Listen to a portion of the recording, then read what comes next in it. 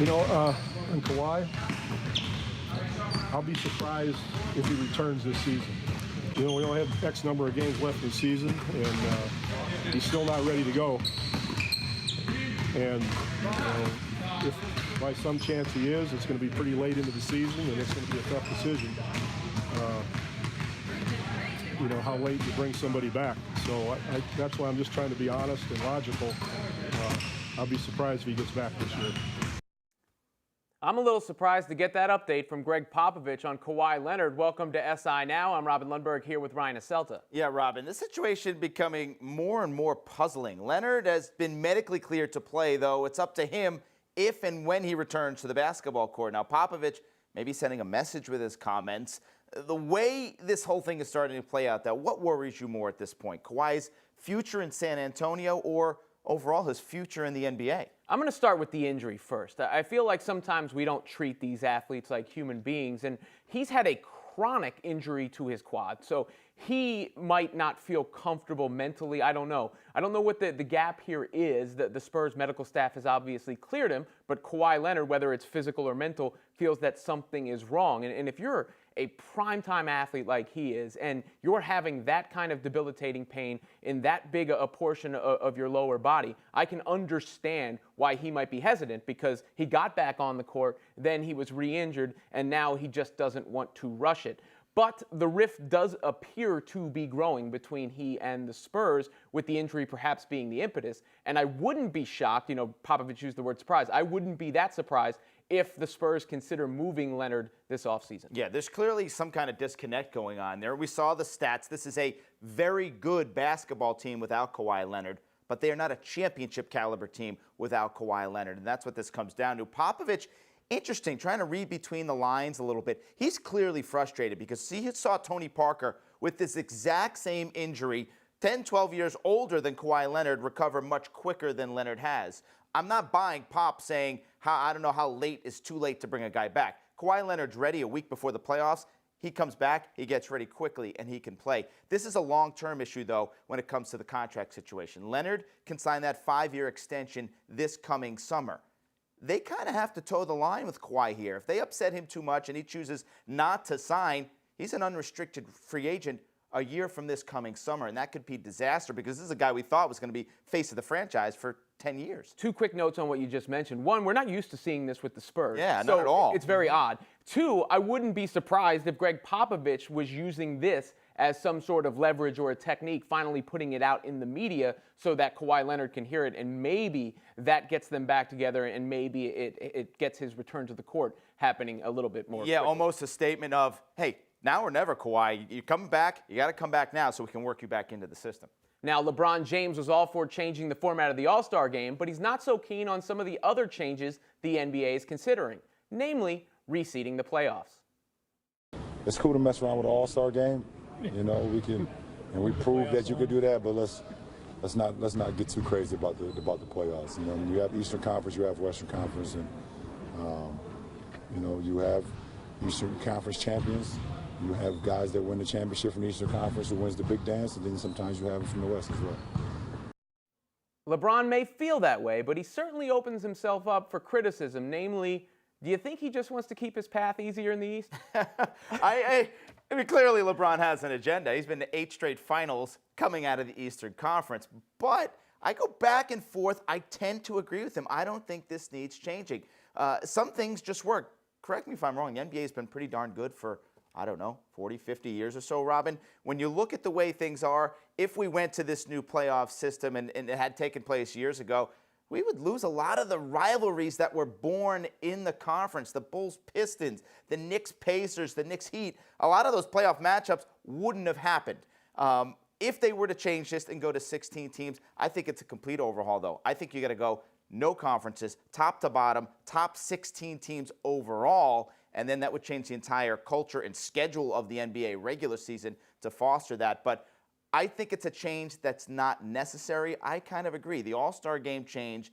The product had suffered.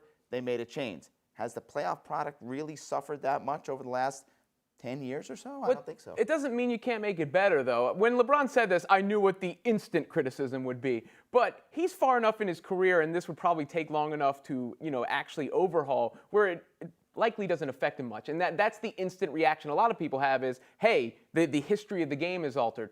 But nostalgia is a heck of a drug. And I feel that reaction. I understand it. It's a gut reaction. But if I actually think about it, do I care that much about Eastern and Western Conference and the history when it comes to that? Or do I care about the product on the court? And while I agree it's excellent, who doesn't want the best two teams playing in the finals? Who doesn't want the best matchups in each round of the playoffs? Overall, I do think reseeding 1 through 16 would be the best move. All right, now speaking of paths to the finals, the defending champion Warriors will be in our nation's capital next week, but instead of visiting the White House, the team will be spending time with local kids. After being disinvited by President Trump last year, Robin, what's your thoughts on what the Warriors have decided to do with their off day in D.C.? I love it. Personally, I think it's a better use of their time. And secondly, it's a bit of leadership from them because they could be doing nothing. No one was reporting or wondering what the Warriors were doing instead necessarily, so they're stepping up and saying, hey, we are going to use this time and do something that can help. And what better way for them to go out and do community outreach than with kids who, obviously are going to be familiar with them, and hopefully some good can get done from this. I don't want to overstate it and act like, all problems are going to be fixed as a result, but it's definitely a good thing the Warriors are doing. Yeah, certainly a good look. And the fact that they're choosing not to politicize this, they were invited by Nancy Pelosi to visit the Capitol instead of the White House. They said, no, we don't want to politicize this. We're going to spend time with kids. It's not going to be a media event. It's going to be families, kids, and the Warriors, which is a great thing. Hey, why not do this more? That's what it leads me to believe. Take the whole issue with the White House, the president aside. Teams should do a lot more of this on the road. If they have the off day once in a while, spend some time with kids. Don't make it part of the public and the media. Affect the communities around them. I think it's a real good look. It's a good story. Mark Cuban dealing with a bad story, obviously. Some serious problems within his organization. We'll have more on the fallout to SI's report in just a moment. But Cuban also received a $600,000 fine for an on-court issue, tanking. Cuban was fined as a result of this quote. I'm probably not supposed to say this, but I just had dinner with a bunch of our guys the other night, and here we are. We weren't competing for the playoffs. I was like, look, losing is our best option. Adam would hate hearing me say that, Adam Silver, of course, but I at least sat down and I explained it to them. Should the NBA fine teams for admitting to tanking? $600K is a lot of Shark Tank money that he doesn't have to use in his pocket. That's a lot of cash. But here's the deal, Robin. Tanking in the NBA, it's the big pink elephant in the room. We know it's there. We know it's going to play a role, but we cannot talk about it. What was Cuban thinking being public about this? I mean, it goes on every year. We see it at the bottom of the standings, but you can't talk about it publicly. And I do question the validity of what he's saying. He says he went to dinner with a couple of his players and talked about this is the best course of action for the franchise. But when it comes down to it, organizations can try to tank by sitting players the rest of the season, shutting them down, certain lineups, playing time. But when a guy puts on a uniform and he takes the court, an NBA player is going to try to compete. And I don't think you can take that out of them no matter what their owner is saying to them at dinner. Well, yeah, no one is thinking the players aren't really trying to compete. It's the way the rosters are built. I want to separate Cuban for a second because everything else that's going on with him. In a vacuum, I have no problem with someone saying this because it's honest. The best way for a really poor team to get better is to land the top pick in the draft. So the NBA, it rings hollow to me that they're fining people. No one wants teams to go out there and purposely lose.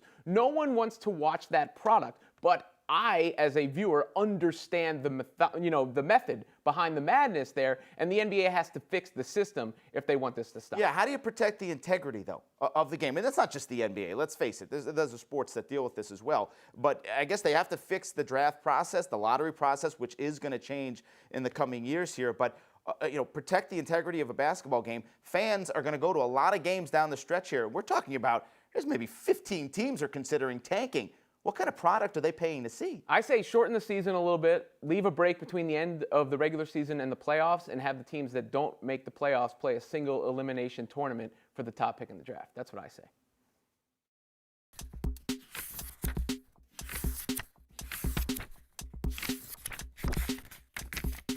I'm now joined by Jessica Luther, who co-wrote SI's investigative report on the hostile work environment of the Dallas Mavericks. Jessica, first question is, has the past day and a half since the story was published unfolded as you expected? Yeah, I think so. It's been busy. I've gotten a lot of requests to do media, and you start getting tips in your inbox and information about other stuff going on, and that kind of busyness has definitely been happening. Of course, there's reaction to this story, including from Dallas Mavericks player Dirk Nowitzki, who called the situation disgusting and heartbreaking. Here's more of what he had to say. I think Mark is trying to step up and lead this franchise in the right direction, and that is hiring investigators, finding out all the little details that we have to know as a franchise, what really was going on, and so I think Mark is gonna step up here. As for head coach Rick Carlisle, he said, quote, "I'll tell you that when it comes to anything involving the Mavericks, Mark Cuban is a believer in extreme ownership, extreme accountability, and he is highly motivated to get this resolved in an expeditious but thorough fashion. No steps will be skipped here." Jessica, how can Carlisle speak to an extreme ownership and extreme accountability mentality from Mark Cuban, yet exonerate him for knowledge of all of these issues going on?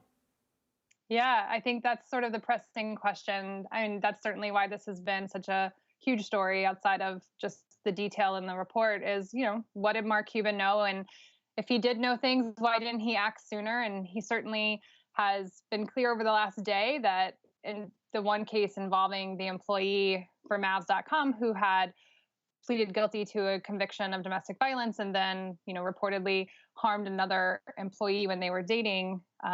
He takes responsibility for that he did know that was happening and kept the guy on anyway.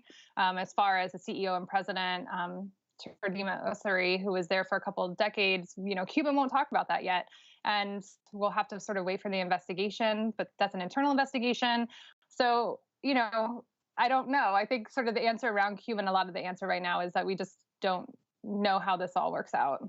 You mentioned part of Cuban's response. Here's what he told ESPN about what happened with Snead. Quote, "I didn't want to just fire him because then he would go out there and get hired again and do it somewhere else. That's what I was truly afraid of, and that was the discussion we had internally. It was a choice between just firing him and making sure that we had control of him." Obviously, Cuban was aware of at least this situation. Do you think, honestly, he is more upset this stuff was going on or more upset it got out? Oh, I don't know. That's an interesting question. I think people are always bummed when stuff gets out. But, as soon as we contacted the Mavs, Cuban called John on the phone, like within an hour. Based on John, the way John talks about it is that he seemed very upset and embarrassed and, was really talking not off like PR points, but just from how he felt about all of this. So he does seem to be upset. And I don't know what more we can say about that, but he does seem to care that this happened, not just that we all know about it. When they say they're launching an investigation, the Mavericks, do you expect that to become public? I mean, do you expect that to be a legitimate investigation? I don't know. You do have to ask how independent is something when it's internal and the Mavericks are paying for it. They do seem to have hired two very credible attorneys to be doing it. And I would hope that there would be pressure on them to release that finding once those lawyers finish investigating this. But you never know. We've seen time and time again when there are these kind of issues that there is an investigation, there is some kind of report, and then that's kept internal as well. We heard from Dirk Nowitzki, but no players were involved in this whatsoever. So to me, it could be painted as a corporate story as much as a sports story, but it was a sports business office. Do you believe this will scare women away from the sports industry? Oh, I mean, no. I think one of the things that we've seen over the last 6-8 months, I don't even know how long it's been going on since the Harvey Weinstein story broke, is that this is not any particular industry doesn't get to own this problem, that it's sort of an issue within our culture, the way that we handle or don't issues of sexual harassment in the workplace. Sports is its own particular place. There's a lot of men in it already, heavily compared to maybe other industries, and women already know that when they're trying to get into it. I do think one of the things that was, upsetting in doing this reporting is that I think it was maybe 6 of the women that we talked to left sports altogether after this experience. They were just done. They were going to go try it somewhere else. And so I hope that that doesn't happen. I think this is just something a lot of women have to navigate, sadly. And we're, as a culture right now, having a reckoning around that. We've talked a lot about the Mavericks. How do you think the NBA should handle this? I don't know. I think it's going to be really interesting to see what Silver ends up doing and if the NBA themselves investigate and how they handle it and whether or not, the team or Cuban or anyone else actually gets in trouble from the NBA. I think that's a really good question. And it's so frustrating. I'm sorry, but I'm not sure at this point what's going to end up happening here. Well, I'm sure once there's something to be known, you will know it. Jessica, appreciate your work on this story. Yeah, thank you.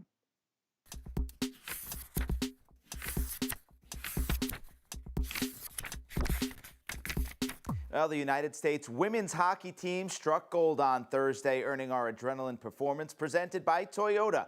Let's go places. The U.S. beat Canada 3-2 in a shootout, earning the United States first hockey gold medal in 20 years. Jocelyn Lamoureux-Davidson scored the game-deciding goal, which ended Canada's dominance. And ironically, the win comes on the 38th anniversary of the United States Miracle on Ice men's team that beat Russia back in 1980. Clearly, Robin, the Miracle on Ice, one of the greatest moments in sports history in this country. This is a wonderful moment for a ladies' team. They end the dominance of Canada, who had won 4 straight gold medals.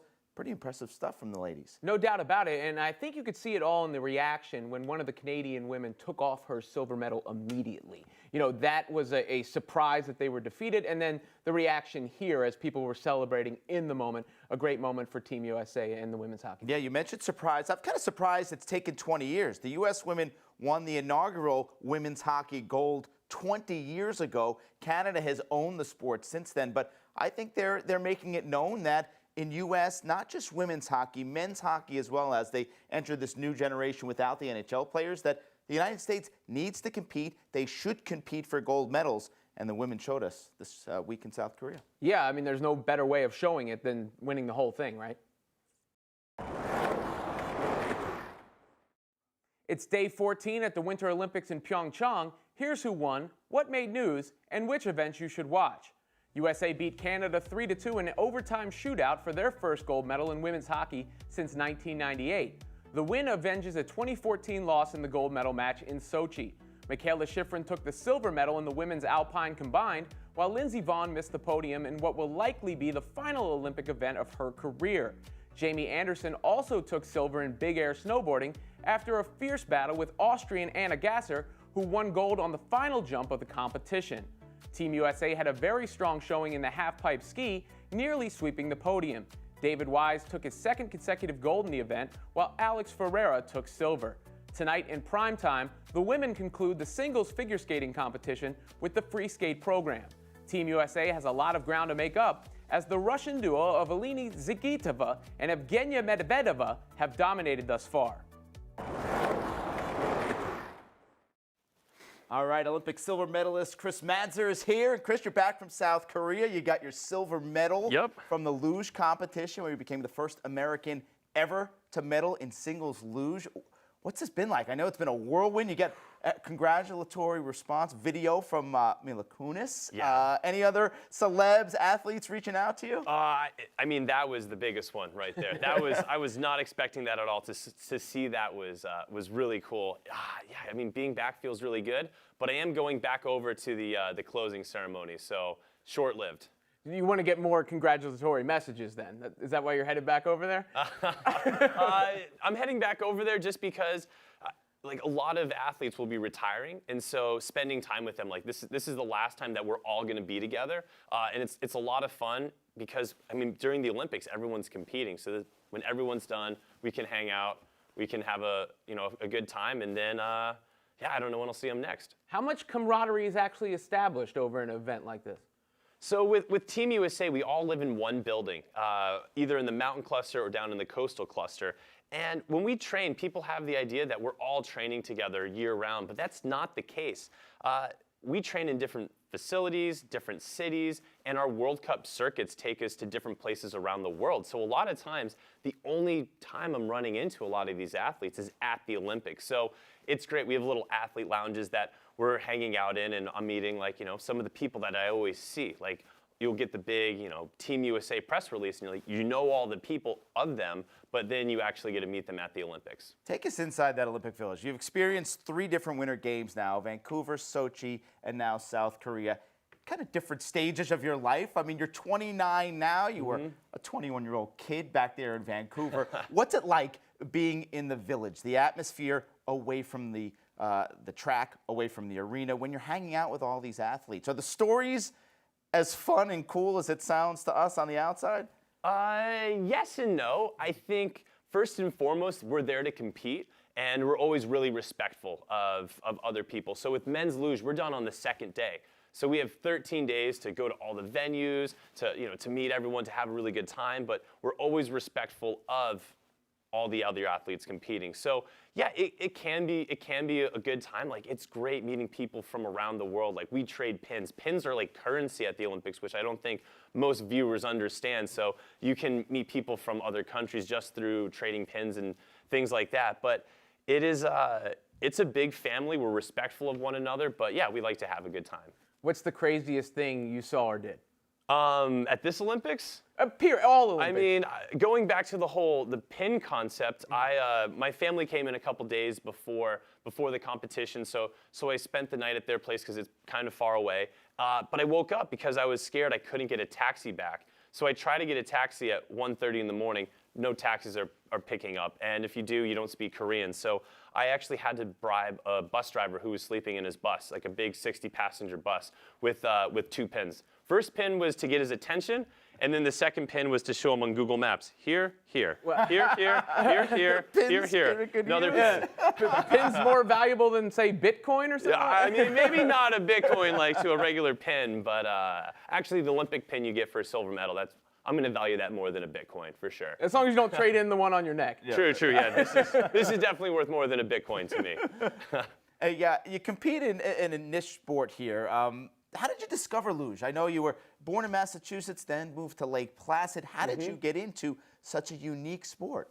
So even though luge is really unique, the underlying principle behind luge is sledding. So a lot of people go sledding. When I was a young kid, I loved sledding through the apple orchards of Peru, New York. And I was so fortunate where there was a luge track about 45 minutes away. So what we would do is our parents would bring this whole group of kids to go do bobsled or luge. And the problem with bobsled was the line was longer, turnover was slower, and you're only driving half the time. With luge, if I ran from the bottom back to where I started, I could get 7, 8, 9 runs a night. So for me, that was ultimate sledding. This was the most fun that I could have in the winter. And at the age of 11, tried out for the team. Age 12, I was on the development team.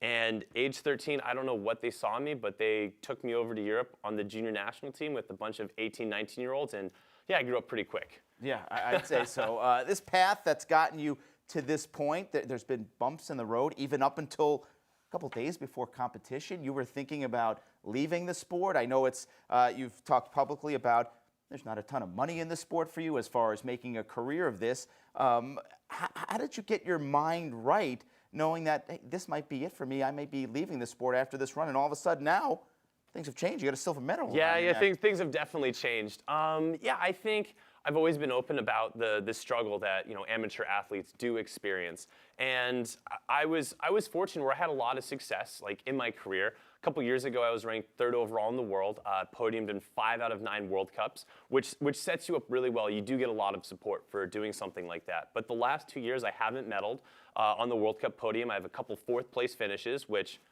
that isn't on the podium, so it doesn't really help you out.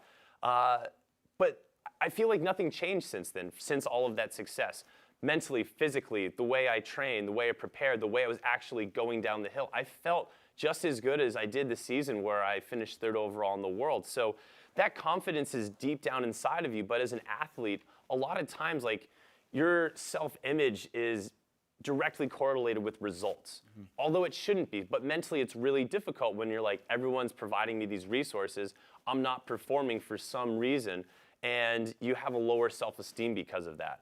And the hardest thing to do is always to pick yourself up and keep going. And I was lucky 3 weeks ago, I started making these specific changes on my sled.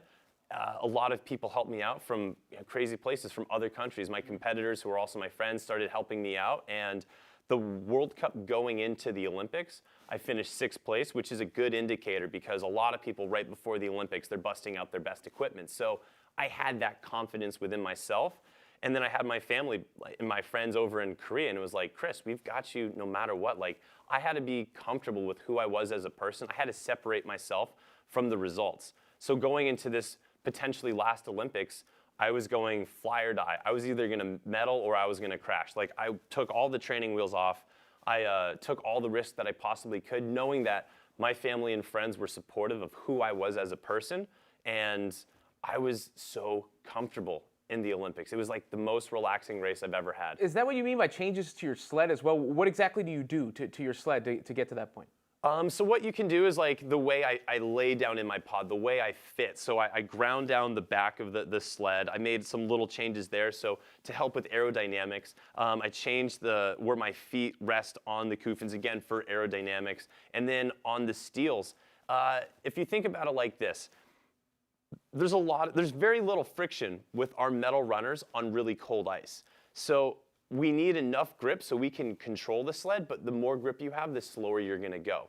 So you can roll yourself, you can take the edge away, you can reduce the friction, which makes you go faster, but you don't have the same control. So if you wanna make a correction, you're probably gonna skid and hit some walls. So for this track, I basically, if I had to make any correction, I was gonna hit walls. So all of my drives had to be perfect in the corners, and when I came out, I had to let the sled run. So those were some serious risks, but they paid off.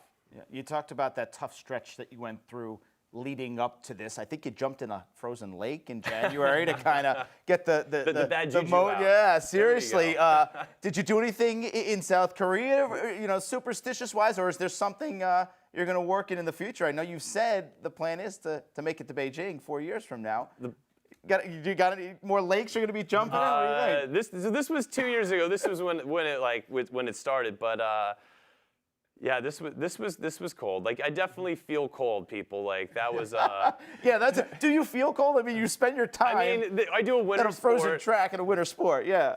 Yeah, I do feel cold, but I mean, some things like that, like, it's cathartic, like, it's good mentally. Like, I was so frustrated with myself when I came out of that lake. I was like, whew, like, it just released everything. So I'll do things like that. I mean, I like to have fun. I have like kind of a spontaneous, crazy side to me.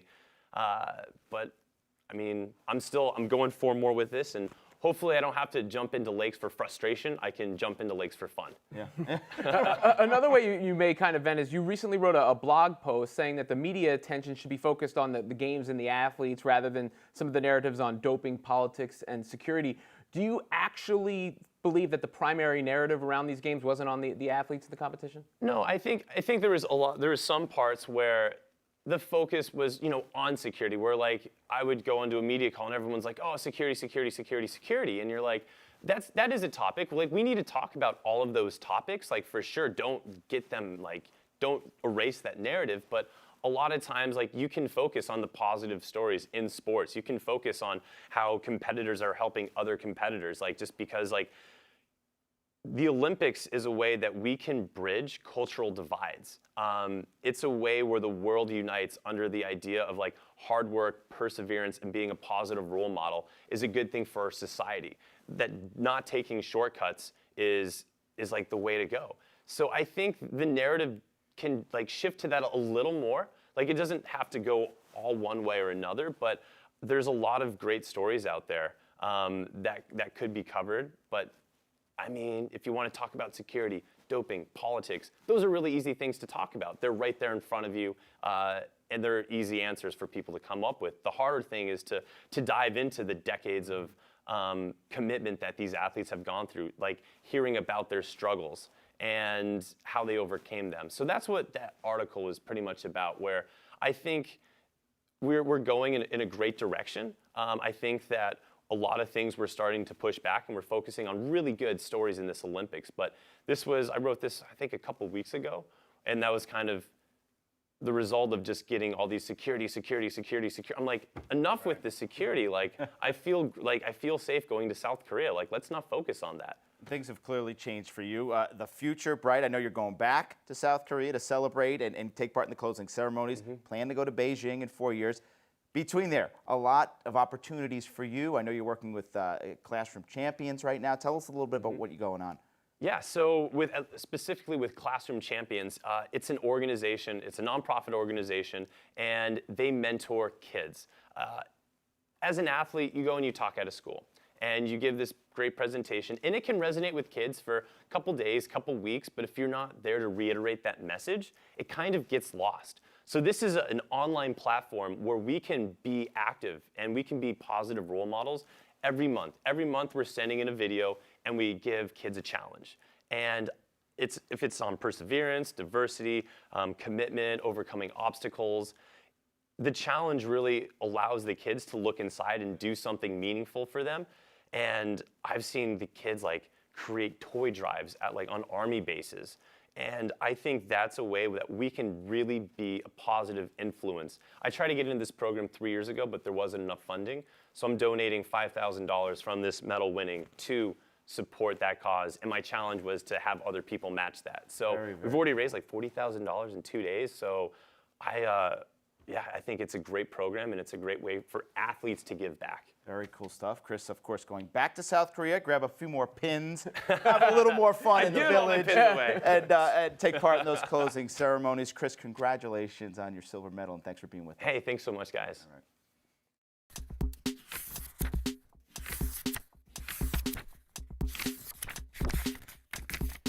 All right, the NFL Combine is set to get underway Tuesday in Indianapolis. And to get us ready, the MMQB's Albert Breer has released his latest mock draft. And Albert joins us now. And Bert, mock draft 2.0 is out industry-wide, though. The mock drafts this season have varied quite a bit. You have Sam Darnold, Josh Allen going 1 and 2 to the Browns and Giants. What makes these two quarterbacks so special to warrant those top 2 picks? Well, I think all 4 of the quarterbacks that are likely to go in the top 15, and it's those 2 and Josh Rosen and Baker Mayfield, all have holes in their games. And so really, I think it's going to come down to what you're most comfortable with. And comfort level is a big thing in picking a quarterback that high. I mean, a general manager, head coach is literally tying his job security to that player. And so, really when I was looking at the top 2 picks here, and a lot of this is just from talking to people around the league, knowing some of the people who run these teams, I really felt like with the first 2 picks, personality fit was going to be important. And John Dorsey's first pick as the general manager of the Cleveland Browns, I felt like Sam Darnold was the safest of the quarterbacks. You know what you're getting from an intangible standpoint. He's a smart kid. He's a good kid. He's been a leader in that program.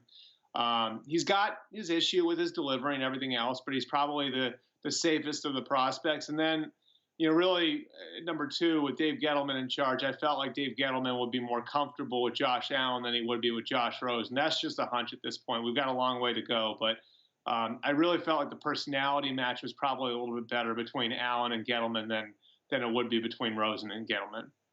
Overall, you have 3 quarterbacks going in the top 5. Is that an indicator of how strong the talent is, or are teams just that desperate to land a quarterback? I think look, this year's class is a little different. You don't have the super elite pass rusher like a Myles Garrett or a Jadeveon Clowney. You don't have the lock, stock, and barrel franchise left tackle like an Eric Fisher was a few years back. The 2 best players in this draft are probably a running back and a guard. Saquon Barkley from Penn State and Quentin Nelson from Notre Dame. And so, I think really this boils down to the importance of the quarterback position. And 4 guys who I think all legitimately have a shot to be, top 10 players at that position in the league. And if you've got a chance to get a guy who could be a top 10 player in that position at the league, it's absolutely worth a high first-round pick. So I don't think any of these guys are Andrew Luck. But Andrew Lucks don't come along every year. And every year there are teams near the top of the draft with quarterback needs. And I certainly think all 4 of these guys are worthy of consideration in that area. They're obviously, if you look at the percentages, they're obviously not all going to pan out.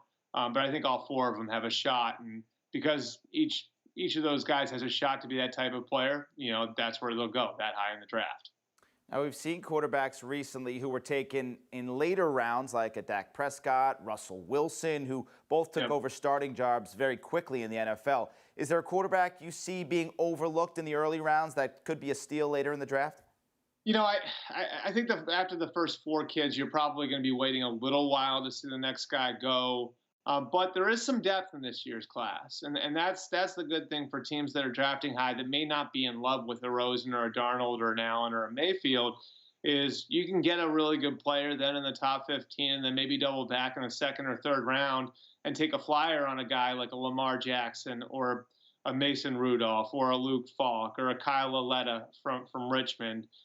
There is good depth in this year's class, and the upshot, as you know, Ryan, to taking a quarterback in the second or third round is that you aren't tying your job security to the guy, that you can turn around in a year or two and take one in the first round if you still have that need. And so, you know, in a way, you're giving yourself an ability to throw a dart at the dartboard at the most important position, but you're also maintaining some of the flexibility to go forward and draft one in the first round in the next year or two if you really love someone. And so I certainly think there are going to be some teams there in the top 10 or 15 picks that are going to look at this class and say, we're not in love with anyone. Why don't we just take the best player we can with our first round pick and then maybe exploit the depth of the class and get a player at the position later on?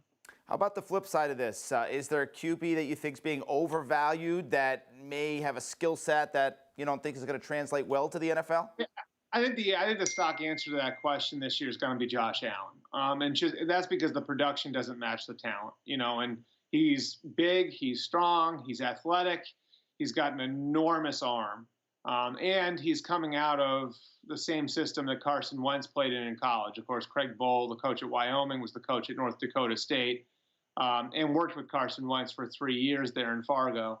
And so there are lots of things when you look at Josh Allen that'll intrigue you. The problem is that the production over the last 2 years hasn't matched what you would think somebody with that talent and that kind of conference would be putting out. So I think Josh Allen's probably the one that you look at and you say, if there's one guy who may be a little bit overvalued just because his talent is so overwhelming, I think it would absolutely be Josh Allen. With the other guys, the questions are different. With, you know, Sam Darnold, the question's his delivery. With Josh Rosen, the questions are really about his head and how much he loves football. And he's got some injury history. And Baker Mayfield, it's height and the off-field stuff. With Josh Allen, it's actually, you know, he hasn't produced at the level that his talent says he should at the college level. And so he's going to have to answer for that over the next couple of months. All right, Bert, let's talk about a team who may address their quarterback needs outside of draft, and that's the New York Jets, who reportedly have big-time interest in Kirk Cousins. If you were Cousins, why would you pick the Jets over, say, a team like the Broncos or the Cardinals in free agency? Well, I would say Kirk's in a really unique position. We haven't seen a free agent at that position like this in my time covering the league, and I would argue probably, you know, over the course of the history of free agency, a guy who is both young enough to be the answer for a team that's in a rebuild like the Jets and experienced enough to be the answer for a team that's in the win now spot like the Broncos. I think the Jets have a couple things to sell here. You know, first, the Broncos window is closing. The Vikings window isn't closing, but it's a little closer to closing.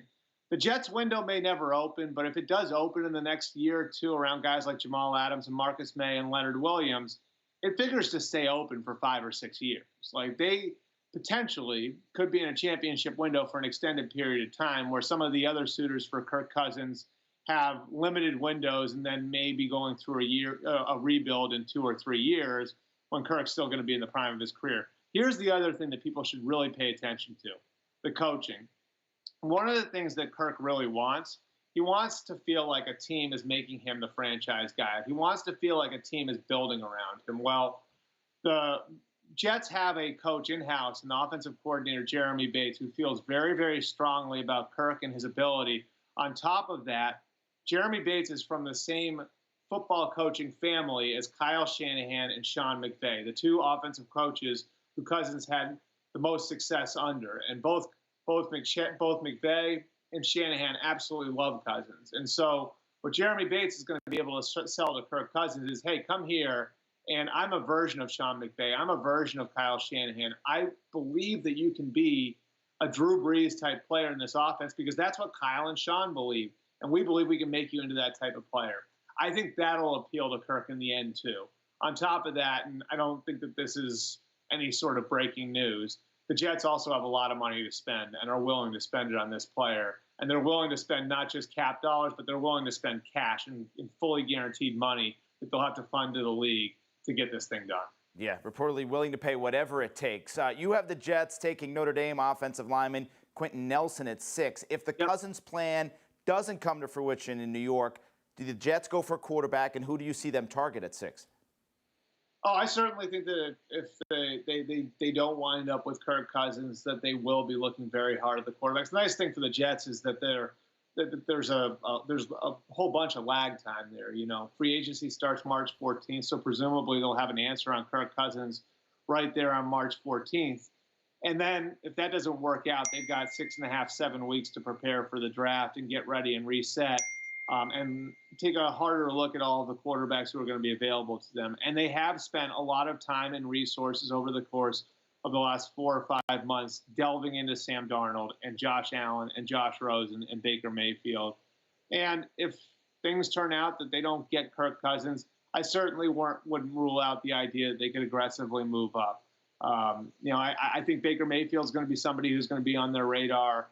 And I certainly think that there could be the potential there for, the possibility that maybe they aggressively move up and look at someone like Sam Darnold. All right, Mock Draft 2.0 is out. Clearly it's getting a reaction. Bert, you're pinging all over the place up there in Massachusetts. Albert Breer, the MMQB, thanks for being with us. You got it, Ryan.